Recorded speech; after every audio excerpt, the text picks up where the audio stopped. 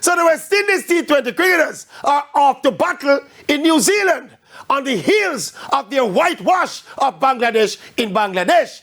And since we're in the era of hanging on to positives, it was the first whitewash inflicted by the West Indies in a T20 series on the subcontinent.